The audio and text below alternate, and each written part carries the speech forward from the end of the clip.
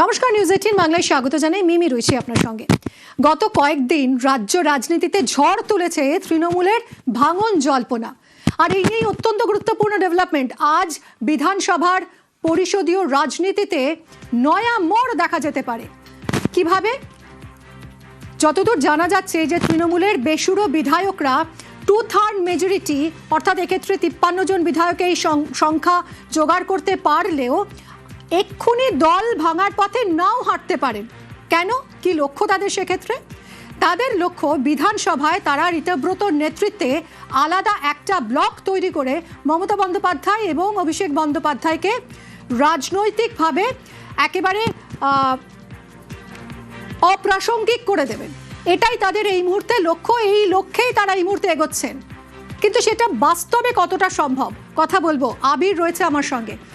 আবির, ঋতব্রতকে তো দল বহিষ্কার করেছে, তারপরে যদি 2/3 মেজরিটি তারা পান, সেক্ষেত্রে কি বিরোধী দলনেতার স্বীকৃতি পেতে পারেন ঋতব্রত?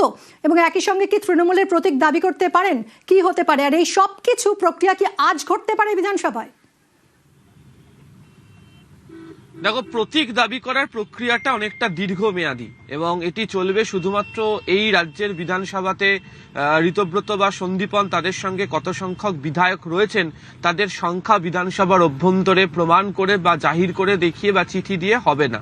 এক্ষেত্রে দাঁড়িয়ে যেহেতু তৃণমূল কংগ্রেসের প্রচুর সদস্য লোকসভা এবং রাজ্যসভাতেও রয়েছে, সেখান থেকেও 2/3 মেজরিটি যদি বেরিয়ে অন্য কোনো রাজনৈতিক দলের সঙ্গে যান, বা যে ব্লক তৈরি করার কথা বলা হচ্ছে যে ঋতব্রত সন্দীপনের একটা আলাদা গোষ্ঠী তৈরি করতে চলেছেন, যদি সেদিকে গিয়ে নির্বাচন কমিশনকে জানান, তখন যে প্রতীক হস্তান্তরের যে প্রক্রিয়া সেটি সম্পন্ন হতে পারে। আজকে যেটি হতে চলেছে কিছুক্ষণের মধ্যে, আমাদের কাছে যা নির্দিষ্ট খবর, বেলা 10:30টার সময় রাজ্য বিধানসভার অভ্যন্তরে একটি বৈঠক রয়েছে, যে বৈঠকে ঋতব্রত সন্দীপন সহ 60 বিধায়ক তাদের যোগ দেওয়ার কথা। এর মধ্যে হয়তো অনেক বিধায়ক এসে উপস্থিত না হলেও তাদের যে সমর্থন ঋতব্রত এবং সন্দীপনদের সঙ্গে রয়েছে, সেই মর্মে একটি চিঠি ইতিমধ্যেই প্রস্তুত হয়েছে। আমি ঋতব্রত বন্দ্যোপাধ্যায়ের সঙ্গেই রয়েছি, তিনি একটি বৈঠক সেরে তিনি বেরোলেন বিধানসভার দিকে, তিনি যাচ্ছেন। আমাদের কাছে যা খবর, সেই 60 জন বিধায়কের স্বাক্ষর সম্বলিত যে চিঠি তারা আজকেই বিধানসভার অধ্যক্ষের কাছে জমা করে দিতে চান। দ্বিতীয়ত হচ্ছে 10:30টার সময় বৈঠকটি ডাকা হয়েছে। কেন বৈঠকটি ডাকা হয়েছে? যে চিঠি বিধানসভার অধ্যক্ষের কাছে জমা দিলেই যে সেটাকে যদি কোনো আইনত প্রক্রিয়ার দিকে এগোয়, বিধানসভার তরফ থেকেও গোটা পদ্ধতি বা নীতি মেনে শুধুমাত্র চিঠি নাও দেখা হতে পারে। এক্ষেত্রে দাঁড়িয়ে কি হতে পারে, সেটা হচ্ছে যে বিধানসভার অভ্যন্তরে এই ঋতব্রত সন্দীপনের সঙ্গে, যেটা আমাদের কাছে সূত্রের খবর, যে 60 জন বিধায়ক রয়েছেন, সেই 60 জন বিধায়কের তো প্রমাণ দিতে হবে। তখন কি উপায়? তখন হচ্ছে বিধানসভার অধিবেশন যখন শুরু হবে, সেই অধিবেশনের মধ্যে দাঁড়িয়ে তাদের তরফ থেকে বিধানসভার অধ্যক্ষের কাছে আবেদন করতে হবে যে তারা, যেহেতু তারা দুজন বহিষ্কৃত তৃণমূল কংগ্রেস থেকে আনঅ্যাটাচড বিধায়ক, কিন্তু তাদেরকে দাবি করতে হবে যে তৃণমূল কংগ্রেসের তরফ থেকে যে বিধায়করা রয়েছেন সেই বিধায়করা তাদের সঙ্গে রয়েছেন, এবং সে কারণে তারা দাবি করছেন যে বিধানসভার অভ্যন্তরে বিরোধী দল হিসাবে বা ব্লক হিসাবে তাদেরকে স্বীকৃতি দিক, এবং তারা যাদেরকে বিরোধী দলনেতা, বিরোধী দলের চিফ হুইপ, বিরোধী দলের ডেপুটি লিডার হিসাবে তারা যাকে নিয়ে আসতে চান তাকে যেন গ্রহণযোগ্য করা হয় বা বিধানসভা যেন স্বীকৃতি দেয়। সেই স্বীকৃতি দেওয়ার পরিপ্রেক্ষিতে কি হবে, তখন বিধানসভার অধ্যক্ষ বলবেন যে বিধানসভার অভ্যন্তরে হয় ধ্বনি ভোট, এক্ষেত্রে দাঁড়িয়ে হয়তো স্লিপে ভোট করানো হতে পারে। তার কারণ বিধানসভাতে এখানে যে পদ্ধতি রয়েছে, সেখানে কারা কার পক্ষে সমর্থনে রয়েছেন সেটা লিখে তারা জমা দেবেন, তার প্রেক্ষিতে পরিষ্কার হয়ে যাবে। ফলে ফ্লোর টেস্ট হওয়ার মতো একটি জায়গা রয়েছে। তবে আজকে একটি চিঠি জমা পড়তে চলেছে, এ ব্যাপারে এক প্রকার নিশ্চিত করে বলতে পারা যায়, এবং সেই মর্মে একটি চিঠি প্রস্তুত হয়েছে বলে আমরা জানতে পেরেছি, এবং তাতে একাধিক বিধায়কের, গতকাল রাত পর্যন্ত খবর পাচ্ছিলাম আমরা যে 57 জন মতো বিধায়ক তারা সই করতে চলেছেন। আজকে এখনো পর্যন্ত যে আমরা খবর পাচ্ছি সেটা হচ্ছে যে সেই চিঠিতে নাকি 60 জনের মতো সমর্থন রয়েছে, ফলে সেই চিঠি আজকে বিধানসভার অধ্যক্ষের কাছে তারা জমা দেবেন। তবে কোন সময় তারা জমা দেবেন এখনো পর্যন্ত নিশ্চিত নয়, তার কারণ 10:30টার সময়, আবারও বললাম, এখন 10:10 বাজতে চললো প্রায়, কিছুক্ষণের মধ্যেই পৌঁছবেন ঋতব্রত বিধানসভাতে। সন্দীপনেরও এসে পৌঁছানোর কথা, এবং একাধিক বিধায়করাও ইতিমধ্যে বিধানসভার অভ্যন্তরে প্রবেশ করতে শুরু করেছেন। সেই বৈঠকের পর অধ্যক্ষের কাছে গিয়ে চিঠিটা জমা দেওয়া হতে পারে। সঙ্গে থাকো আবির।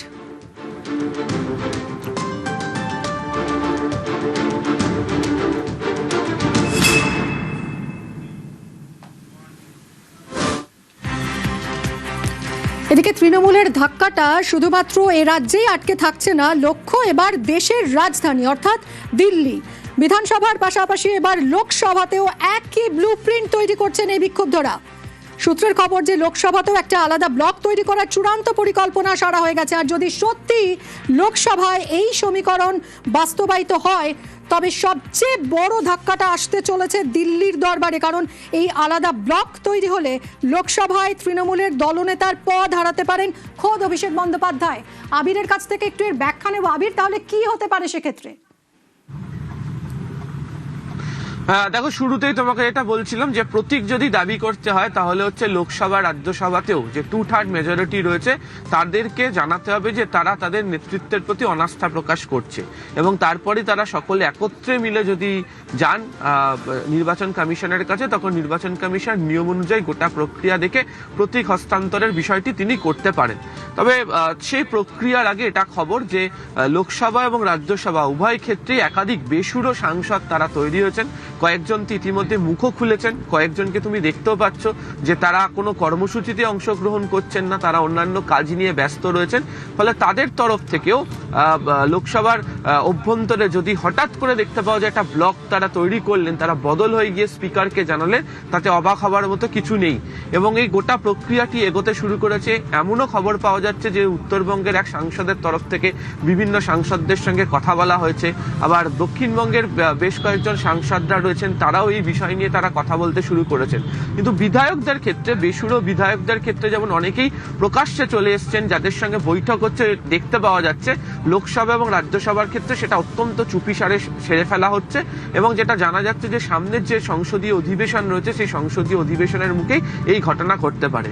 যদি একটু পিছিয়ে যাও আমরা দেখি, তাহলে দেখবো হচ্ছে তৃণমূল কংগ্রেসকে সংসদের মধ্যে, অন্তত রাজ্যসভার মধ্যে সব থেকে বেশি করে বিপাকে যিনি ফেলেছিলেন তিনি হচ্ছেন দীনেশ ত্রিবেদী। এবং তুমি জানো যে তিনি 2021-এর আগে যেভাবে তিনি সংসদের মধ্যে দাঁড়িয়ে, রাজ্যসভার কক্ষের মধ্যে দাঁড়িয়ে তিনি তৃণমূল কংগ্রেসের সমালোচনা করে চলে গিয়েছিলেন, সেটা এখনো পর্যন্ত তৃণমূল কংগ্রেসের কাছে অন্যতম বড় ধাক্কা ছিল সংসদীয় রাজনীতির মধ্যে।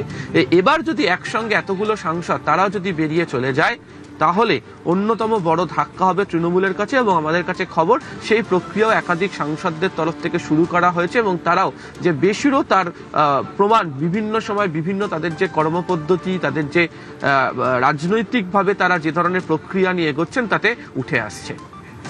অর্থাৎ বিধায়কদের মধ্যে অনেকেই মুখ খুললেও প্রকাশ্যে, কিন্তু সাংসদদের মধ্যে কিন্তু একটা চোরা স্রোত চলছে। এখন পরিস্থিতি কোন দিকে এগোয় সেটাই দেখা।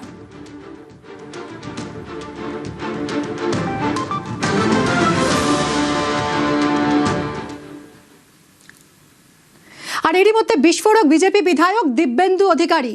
তিনি দাবি করছেন যে তৃণমূলের 10 থেকে 15 জন সাংসদ তাকে ফোন করেছেন, তার সঙ্গে যোগাযোগ করেছেন।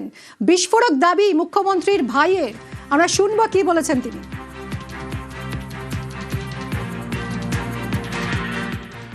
আমার কাছে ব্যক্তিগতভাবে ফোন এসেছে মিনিমাম 10 থেকে 15 জন তৃণমূল কংগ্রেসের সাংসদ, যাদের সাথে আমার সংসদীয় জীবন কেটেছে।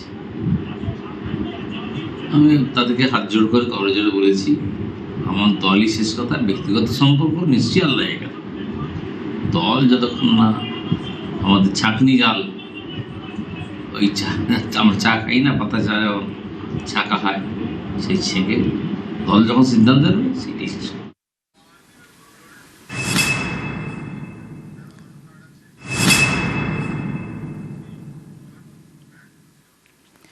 ভোটে ভরাডুবির পর প্রথম কর্মসূচি গতকাল আমরা দেখলাম মমতা বন্দ্যোপাধ্যায় তিনি ধর্মতলার ধর্নায় এলেন, কিন্তু কার্যত একা মমতা বন্দ্যোপাধ্যায়। হাতে গোনা কয়েকজন নেতা রয়েছেন তার সঙ্গে, আর তাছাড়া বাকি আর কারো দেখা নেই। সাংসদ নেই, বিধায়ক নেই। এককালে চারপাশে ভিড় করে থাকতেন যারা মাছির মতন তাকে ঘিরে থাকতেন, সেই তারকারাও নেই ক্ষমতা, একা মমতা।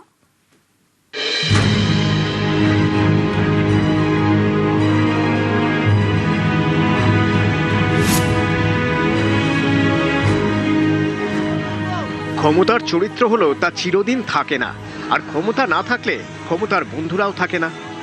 এই দেখুন মমতা বন্দ্যোপাধ্যায়ের অবস্থা। ভোটে ভরাডুবির পর প্রথম কর্মসূচি, ধর্মতলার ওয়াই চ্যানেলে ধর্না। দলনেত্রী আছেন কিন্তু নেতারা নেই।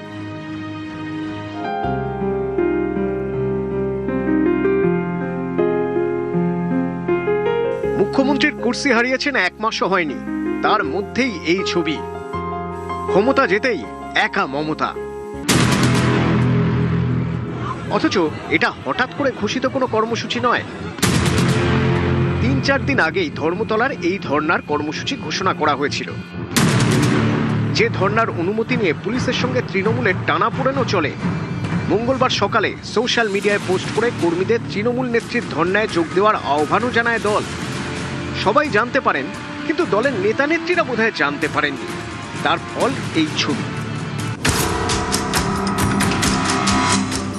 অথচ কদিন আগেও মমতা বন্দ্যোপাধ্যায়ের কোনো কর্মসূচি হলে নেত্রীকে মুখ দেখানোর জন্য কার্যত ঠেলাঠেলি করতে দেখা যেত। মঞ্চে নেত্রী, কে তার পাশে দাঁড়াবেন তার জন্য লড়াই।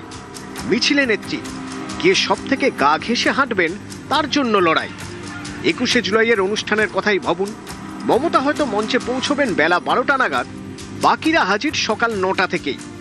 কে নেত্রীর সঙ্গে গানে গলা মেলাবেন, কে স্লোগানে গলা মেলাবেন, এই নিয়েই কম্পিটিশন, নম্বর বাড়ানোর কম্পিটিশন। সাংসদ, বিধায়ক থেকে তারকা, সে একেবারে ভিড়ে ভিড়।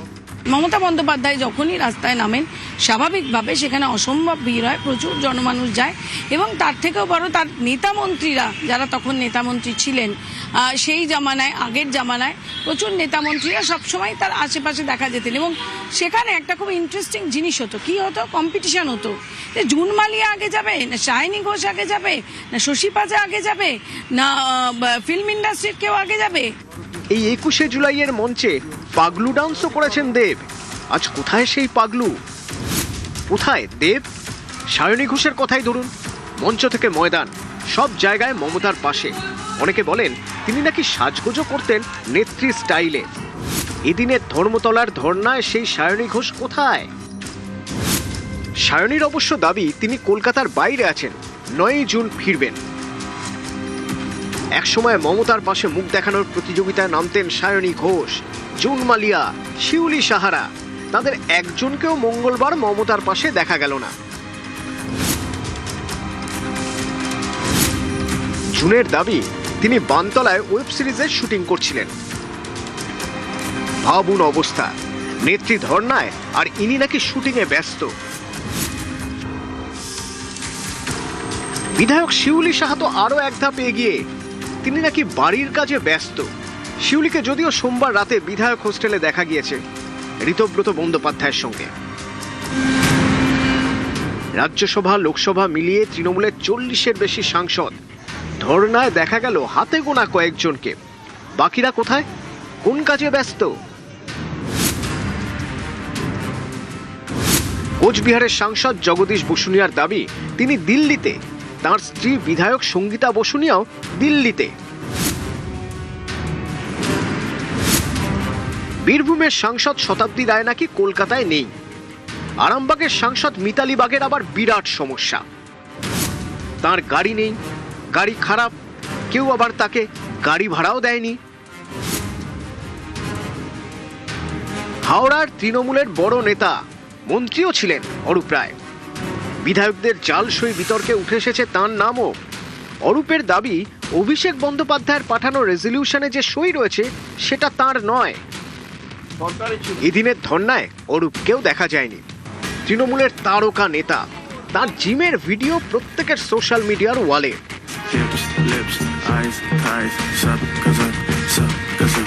ফিটনেসের সব আপডেট ফেসবুকে পোস্ট করার সময় পান তিনি, কিন্তু নেত্রীর ধর্নায় যাওয়ার সময় পান না। মুখ্যমন্ত্রী হয়েও বারবার পথে নেমেছেন মমতা। মমতার মিছিলের পাশে দেখা গিয়েছে তারকাদের মিছিল। কে মমতার কতটা কাছে হাঁটবেন তা নিয়ে কার্যত ঠেলাঠেলি সেলেবদের মধ্যে। দুর্গাপুজোর কার্নিভাল, মঞ্চে মমতার পাশে দাঁড়ানোর প্রতিযোগিতা চলত মিউজিক্যাল চেয়ারের মতো। আজ কেউ নেই। আসলে ক্ষমতা হলো মধু। ক্ষমতার কাছে থাকলে চেয়ার মিলবে, সরকারি পদ মিলবে, জনতার ট্যাক্সের টাকায় মোটা অঙ্কের মাইনে মিলবে। তাই ক্ষমতা থাকলেই চারপাশে ঘুরঘুর। ক্ষমতার মধু নেই, তাই মৌমাছিরাও নেই। তাই পথে নেমে একা মমতা। নেই ক্ষমতা, একা মমতা। নিউজ 18 বাংলা।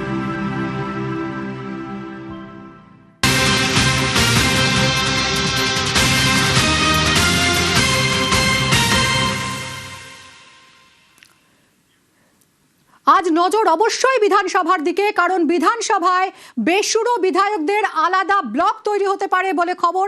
বিধায়কদের সই করা চিঠি নিয়ে, অর্থাৎ 2/3 মেজরিটির চিঠি নিয়ে বিধানসভায় ঋতব্রত বন্দ্যোপাধ্যায়। 59 জনের সই করা চিঠি নিয়ে বিধানসভায় ঋতব্রত। মুর্শিদাবাদের অধিকাংশ বিধায়কের সই রয়েছে এই চিঠিতে বলেই জানা যাচ্ছে। 2/3 মেজরিটি দরকার, অর্থাৎ এক্ষেত্রে 53 জন বিধায়কের সমর্থন প্রয়োজন, কিন্তু 59 জনের সই করা চিঠি নিয়ে বিধানসভায় ঋতব্রত বন্দ্যোপাধ্যায়।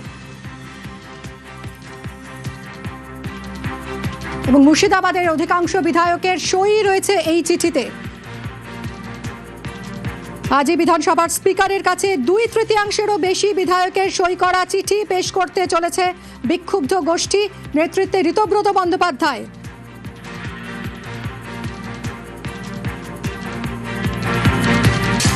অত্যন্ত গুরুত্বপূর্ণ এই ডেভেলপমেন্ট, যেটা গত কয়েকদিন ধরে আমরা দেখছি রাজ্য রাজনীতিতে ঝড় তুলেছে সেই তৃণমূল কংগ্রেসের ভাঙন জল্পনা। এবং আজ বুধবার, আজ অত্যন্ত গুরুত্বপূর্ণ একটা দিন। বিধানসভার পরিষদীয় রাজনীতিতে নতুন মোড় দেখা যেতে পারে আজ। রাজ্য বিধানসভায় সম্পূর্ণ একটা আলাদা ব্লক বা গোষ্ঠী তৈরি করতে চলেছেন তৃণমূলের বিক্ষুব্ধ তথা বেসুরো বিধায়করা। এবং ইতিমধ্যেই 59 জন বিধায়কের সই করা চিঠি নিয়ে বিধানসভায় পৌঁছে গিয়েছেন ঋতব্রত বন্দ্যোপাধ্যায়, যে চিঠিতে মুর্শিদাবাদের অধিকাংশ বিধায়কের সই রয়েছে বলে জানা যাচ্ছে।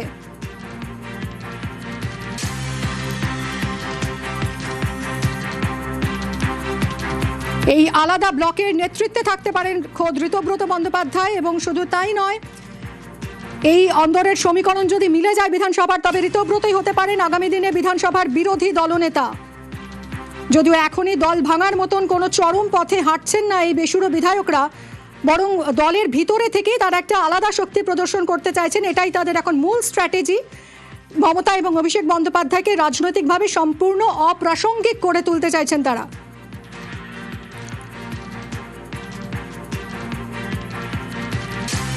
আপাতত তৃণমূলের বেসুরো বিধায়করা 2/3 মেজরিটি জোগাড় করে ফেলেছেন এবং ইতিমধ্যে 59 জন বিধায়কের সই সম্বলিত চিঠি নিয়ে বিধানসভায় এসেছেন ঋতব্রত বন্দ্যোপাধ্যায়। সূত্রের খবর তেমনটাই। কিন্তু তারা এই মুহূর্তে দল ভাঙার পথে নাও হাঁটতে পারেন। তাহলে তাদের লক্ষ্য কি? জানা যাচ্ছে যে তাদের লক্ষ্য বিধানসভায় ঋতব্রত নেতৃত্বে আলাদা একটা ব্লক তৈরি করে কার্যত দলে মমতা বন্দ্যোপাধ্যায় এবং অভিষেক বন্দ্যোপাধ্যায়কে অপ্রাসঙ্গিক করে দেওয়া। সেক্ষেত্রে বিদ্রোহী ঋতব্রত বন্দ্যোপাধ্যায় হতে পারেন বিরোধী দলনেতা। কমলিকার সঙ্গে কথা বলবো। কমলিকা, তাহলে 59 জনের চিঠি নিয়ে ঋতব্রত বন্দ্যোপাধ্যায় প্রবেশ করলেন। এবার এক্ষেত্রে কি হতে পারে আজ? বিধানসভার আইন কি বলছে?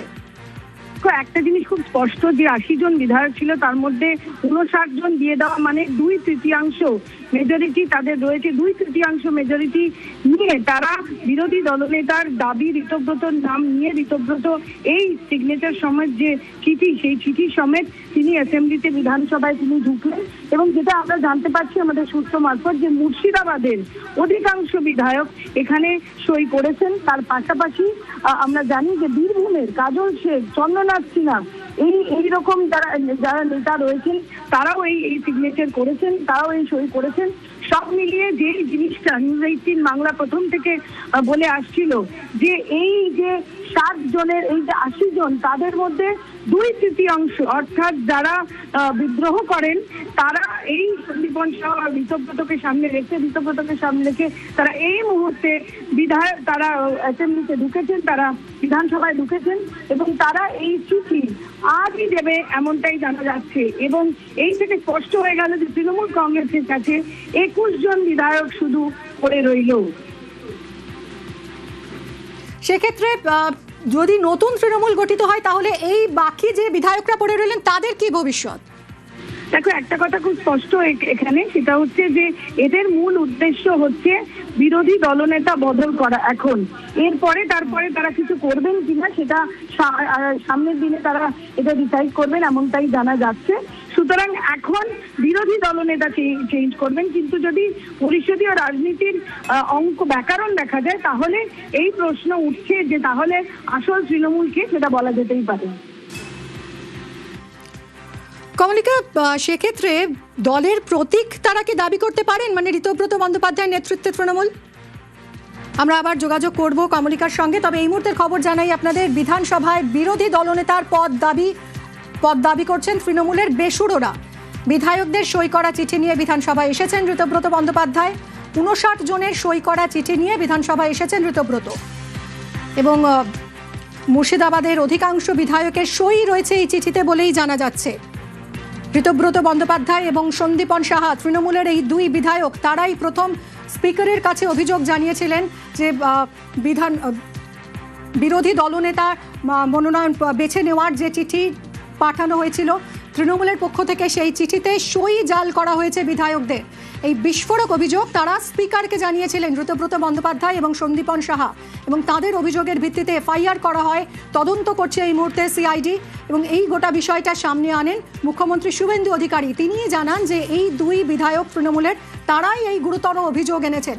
এরপর তাদের দল থেকে বহিষ্কার করা হয় দল বহির্ভূত কাজের অভিযোগ নিয়ে।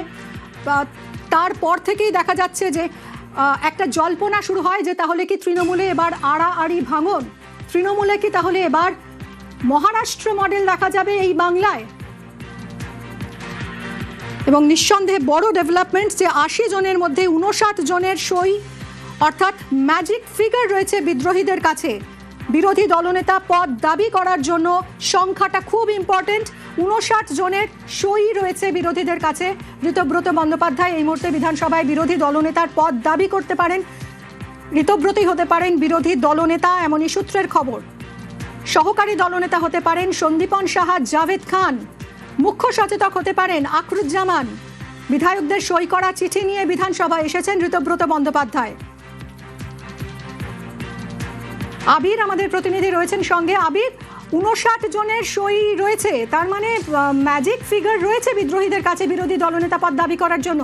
সেক্ষেত্রে স্পিকার কি সিদ্ধান্ত নিতে পারেন আবির?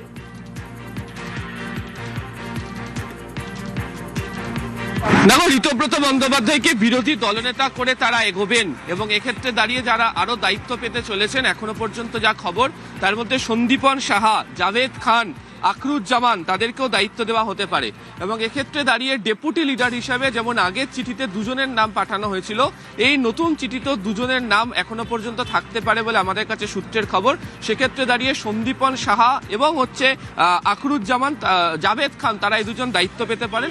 এবং চিফ হুইপ হিসাবে দীর্ঘদিনের বিধায়ক আখরুজ্জামান, তাকে দায়িত্ব দেওয়া হতে পারে, তার কারণ তিনি অনেকটা দিন ধরেই বিধানসভার পরিষদীয় রাজনীতি সম্পর্কে অভিজ্ঞ। তোমাকে জানিয়ে রাখি যে একের পর এক যারা বিধায়করা তারা ইতিমধ্যে উপস্থিত হতে শুরু করেছেন, এবং সব থেকে যেটা আশ্চর্য দেখার মতো হলো, যারা তৃণমূল কংগ্রেসে একটা সময় অত্যন্ত ঘনিষ্ঠ ছিলেন, যার মধ্যে শিউলি সাহা, তাকে আমরা দেখলাম। মহেশতলার বিধায়ক, যদিও তার বাবা এবং তাদের পরিবার দীর্ঘদিন ধরে তৃণমূল কংগ্রেসের রাজনীতির সঙ্গে যুক্ত ছিল, এবারই দাঁড় করানো হয়েছিল দুলাল দাসের ছেলে শুভাশিস দাসকে, তাকে দেখলাম আমরা ভেতরে প্রবেশ করতে। নিয়ামত শেখ কিছুক্ষণ আগে প্রবেশ করেছেন। নতুন বিধায়কদের মধ্যে বর্ণালী ধারা, তিনি প্রবেশ করেছেন। বাসন্তী থেকে নীলিমা মিস্ত্রি, তিনি ভেতরে প্রবেশ করেছেন। এবং শামসেরগঞ্জের যিনি এবারে প্রথমবার এমএলএ হয়েছেন মোহাম্মদ নূর আলম, তিনি ভেতরে প্রবেশ করেছেন। কিছুটা আগেই আমরা দেখেছিলাম যে ঋতব্রত তিনি প্রবেশ করে গিয়েছিলেন, এবং বাকি যারা বিধায়করা তারাও কিছুক্ষণের মধ্যে এসে যাবেন। আজকে হয়তো এখনো পর্যন্ত যা খবর, যে প্রায় 60 জন বিধায়কের যে সই, 60 জন বিধায়কের যে সই, সেই সই সম্বলিত একটি চিঠি আজকে জমা হতে চলেছে এখনো পর্যন্ত যা খবর। স্পিকারের এসে পৌঁছানোর কথা রয়েছে 11:15 নাগাদ। একটা বৈঠক ডাকা হয়েছে, তার আগে ঋতব্রত, সন্দীপনরা তারা একটি বৈঠক করবেন। যদিও সন্দীপন এখনো পর্যন্ত এসে তিনি পৌঁছননি, তিনি একটি বৈঠকে রয়েছেন, সূত্রের খবর। আরো দেখো, খুব ইন্টারেস্টিং একটা পয়েন্ট, এই যে 60 জনের সই সম্বলিত চিঠি, অথচ মমতা বন্দ্যোপাধ্যায় লাস্ট যে মিটিং ডেকেছিলেন সেখানে কিন্তু 60 জন বিধায়ক অনুপস্থিত ছিলেন, আর 60 জনের চিঠি রয়েছে আজ এই চিঠিতে, সই রয়েছে এখনো পর্যন্ত তাই। এবং আমাদের কাছে সূত্রের খবর, সেই সইয়ের সংখ্যা আরো অনেকটা বেশি বৃদ্ধি পেতে চলেছে, এবং তাদের দিকেই যে সংখ্যাগরিষ্ঠ, শুধুমাত্র ম্যাজিক ফিগার ছুঁয়ে ফেলা নয়, তার থেকে বেশি সংখ্যক বিধায়ক যে তাদের দিকে রয়েছেন, সেটাকেই আজকে কার্যত তারা তুলে ধরতে চান, এবং যে কারণে তারা এই চিঠিটা জমা দেবেন। এবার হচ্ছে যে দুটো বিষয়, যেহেতু অনেকটা বেশি, তোমার সঙ্গে আবারও আমরা এই নিয়ে আলোচনা করব। আপাতত একটা ব্রেক নেওয়ার আমাদের সময় হয়েছে, ব্রেকের পর আবার ফিরছি, এই খবরেই থাকবো। অত্যন্ত ইন্টারেস্টিং ডেভেলপমেন্ট হচ্ছে একের পর এক। সঙ্গে থাকুন, দেখতে থাকুন নিউজ 18 বাংলা।